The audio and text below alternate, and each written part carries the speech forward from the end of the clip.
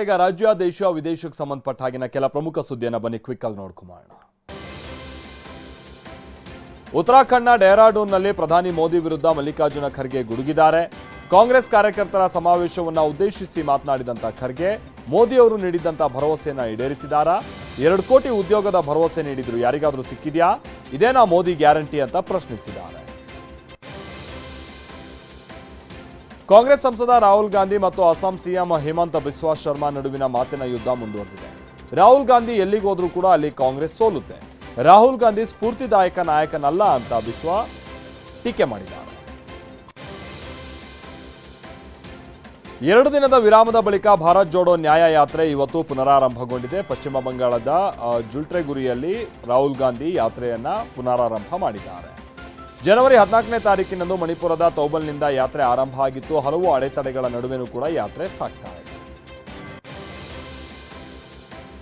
ಅಯೋಧ್ಯೆಯ ರಾಮ ಮಂದಿರದಲ್ಲಿ ನಡೆದಂತ ರಾಮ ಪ್ರಾಣ ಪ್ರತಿಷ್ಠಾಪನೆ ಕೋಟ್ಯಾಂತರ ಜನರನ್ನ ಒಗ್ಗೂಡಿಸಿದೆ ಅಂತ ಪ್ರಧಾನಿ ಮೋದಿ ಅಭಿಪ್ರಾಯಪಟ್ಟಿದ್ದಾರೆ. ಮನ್ ಕಿ ಬಾತ್ನಲ್ಲಿ ತಮ್ಮ ಮನದಾಳವನ್ನು ಹಂಚಿಕೊಂಡಿರುವಂತಹ ಮೋದಿ, ಶ್ರೀರಾಮ ಎಲ್ಲರ ಹೃದಯದಲ್ಲೂ ಇದ್ದಾನೆ. ಅನೇಕರು ರಾಮ ಭಜನೆ ಮಾಡಿ ಶ್ರೀರಾಮನಿಗೆ ತಮ್ಮ ಭಕ್ತಿಯನ್ನ ಸಮರ್ಪಿಸಿದ್ದಾರೆ. ಅಂದಿನ ಕಾರ್ಯಕ್ರಮ ಸಾಮೂಹಿಕ ಶಕ್ತಿಗೆ ಸಾಕ್ಷಿಯಾಯಿತು ಅಂತ ಹೇಳಿದ್ದಾರೆ. ಮುಂಬೈನ ಅಟಲ್ ಸೇತುವೆ ಇದೆಯಲ್ಲ, ಇದು ಸಾರ್ವಜನಿಕರ ಪಿಕ್ನಿಕ್ ಸ್ಪಾಟ್ ಆಗಿ ಮಾರ್ಪಾಡಾಗಿದೆ. ಇದರಿಂದ ವಾಹನ ಸವಾರರಿಗೆ ತೊಂದರೆ ಆಗ್ತಾ ಇದೆ.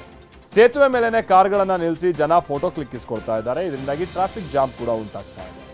ಈ ಬಗ್ಗೆ ಸೋಷಿಯಲ್ ಮೀಡಿಯಾದಲ್ಲಿ ವಿಡಿಯೋ ಪೋಸ್ಟ್ ಮಾಡಿ ಸಮಸ್ಯೆ ಬಗೆಹರಿಸುವಂತೆ ಜನ ಆಗ್ರಹಿಸ್ತಾ ಇದ್ದಾರೆ. ಈ ಬಗ್ಗೆ ಟ್ವೀಟ್ ಮಾಡಿರುವಂತಹ ನವಿ ಮುಂಬೈ ಪೊಲೀಸರು ಟ್ರಾಫಿಕ್ ಬ್ರಾಂಚ್ಗೆ ತಿಳಿಸೋದಾಗಿ ಹೇಳಿದ್ದಾರೆ. ಟೀಂ ಇಂಡಿಯಾ ವಿರುದ್ಧ ಮೊದಲ ಟೆಸ್ಟ್ ಪಂದ್ಯದಲ್ಲಿ ಇಂಗ್ಲೆಂಡ್ ತಂಡ 28 ರನ್ಗಳ ಜಯ ಸಾಧಿಸಿದೆ. ಟಾಸ್ ಗೆದ್ದು ಬ್ಯಾಟಿಂಗ್ ಮಾಡಿದಂಥ ಇಂಗ್ಲೆಂಡ್ ಮೊದಲ ಇನ್ನಿಂಗ್ಸ್ನಲ್ಲಿ 246 ರನ್ ಗಳಿಸಿತ್ತು. ಮೊದಲ ಇನ್ನಿಂಗ್ಸ್ನಲ್ಲಿ ಭಾರತ 436 ರನ್ ಗಳಿಸುವ ಮುಖೇನವಾಗಿ 190 ರನ್ಗಳ ಲೀಡನ್ನು ಪಡೆದುಕೊಂಡಿತ್ತು. ಈ ಲೀಡ್ ಬೆನ್ನತ್ತಿದ್ದಂಥ ಇಂಗ್ಲೆಂಡ್ 420 ರನ್ ಪೇರಿಸುವ ಮೂಲಕ ಭಾರತಕ್ಕೆ 230 ರನ್ಗಳ ಗುರಿ ಕೊಟ್ಟಿತ್ತು. 2ನೇ ಇನ್ನಿಂಗ್ಸ್ ಆರಂಭಿಸಿದ್ದ ಟೀಂ ಇಂಡಿಯಾ 202 ರನ್ಗಳಿಗೆ ಸರ್ವ ಪತನ ಕಂಡಿದೆ. 5 ದಿನದ ಪಂದ್ಯ 4ನೇ ದಿನಕ್ಕೆ ಅಂತ್ಯ ಆಗಿದ್ದು ಸರಣಿಯಲ್ಲಿ ಇಂಗ್ಲೆಂಡ್ 1-0 ಅಂತರದಲ್ಲಿ ಮುನ್ನಡೆಯನ್ನು ಸಾಧಿಸಿದೆ.